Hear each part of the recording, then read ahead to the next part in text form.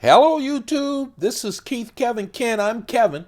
It's time again for another knife of the day. And today, the knife of the day is the Spyderco Yojimbo. This is the original Yojimbo. It was based off of the fixed blade Ronin, both of them designed by Michael Janik. Michael Janik is a martial artist. He is a specialist in knife fighting, and this tool was created for self-defense. Plain and simple. This is the original with the blue G10 handles, scales, called the Smurf, really. The nickname the Smurf because of the blue. It is a really nice design. Now look, it was created for self-defense. Janik really likes this shape of the blade.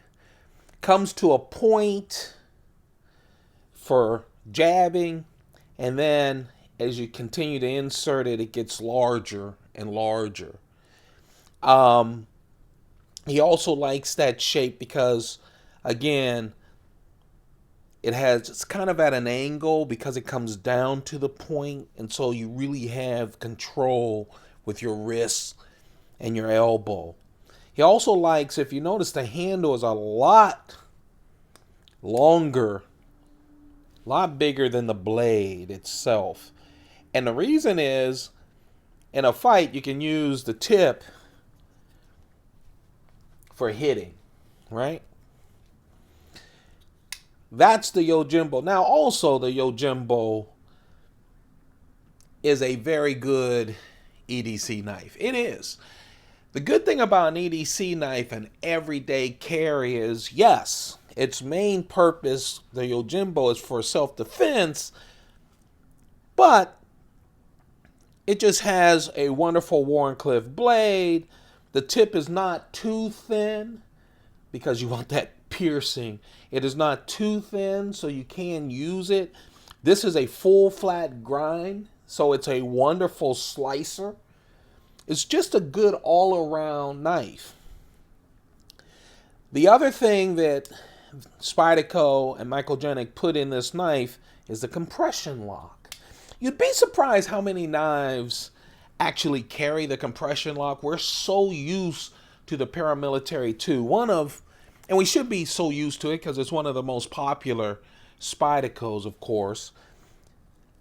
But the Yojimbo 2 also has the compression lock, and one reason is the compression lock gets out of your way. Okay, there's no way you're accidentally going to open it up. The compression lock also is one of the strongest locks from Spyderco. So you want that strength. You don't want the blade to give out if you are doing self-defense. A couple of other things about this. Michael Janik is a huge proponent. You can find him on YouTube giving lessons, showing you how to use knives and that sort of thing. You know, I'm not an expert. But he designed this for what he calls the Filipino grip. You see how the handle really works well, even with my fat hands. And while it doesn't have doesn't have a forward choil up by the blade, it does have a place to put your index finger. You can tell the jimping, instead of going up a ramp to the hole, is over the Spidey hole right like this to give you the ultimate control. Part of his thing is when you're doing any kind of fighting with a knife is make sure that you don't drop the knife. And this gives you a real secure grip. But of course you can also grip it this way. You can do a lot of different grips. This was made in Denver, so it's made in the USA. The clip is tip up, right hand or left hand. There's a little lanyard hole if you need it. But what a wonderful design. Again, the family tree of this knife, the Yojimbo, comes from the fixed blade knife that Michael Janik helped design called the Ronin. You'll see that as we continue our knife of the days. We're starting with the Spyderco collection, but we'll go through the entire collection. So there was the Ronin as the first fixed blade. Then that begot the Yojimbo 1, which this is, which is the folder, which then begot a Yojimbo 2 folder. You'll see that one as we go on, which begot a Ronin 2 fixed blade. So this goes after the fixed blade Ronin, and then there's a Yojimbo 2 folding knife, and then the fixed blade that represents the folding knife Yojimbo 2 is the Ronin 2. You'll see them all come together. This is a very nice knife. Of course, it is discontinued. Very hard to find. Very hard to find in the blue G10 as well, or the black G10.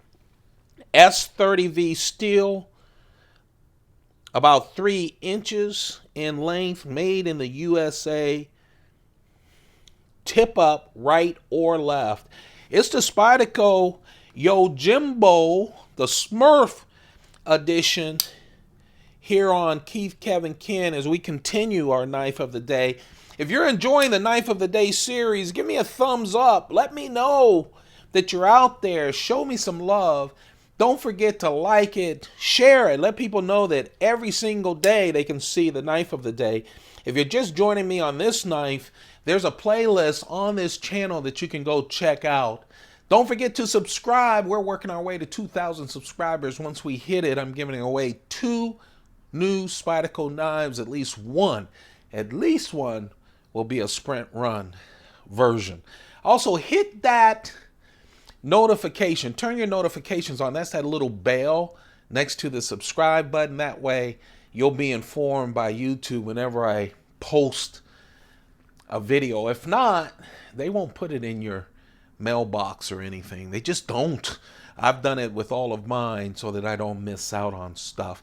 I'm getting a new knife today, so here's how it runs on the Keith Kevin Ken YouTube channel. Every single day we do a pocket dump deconstruction, which consists of at least 4 knives and a lot of other stuff. So there'll be another one today. We do the Knife of the Day, and then whenever I get in a new knife, we get first impressions. I hope you guys have a beautiful, wonderful day. I really do. Hope it's a perfect day. If I can't have a perfect day, I really want you to have it. Keep your pockets full. Goodbye.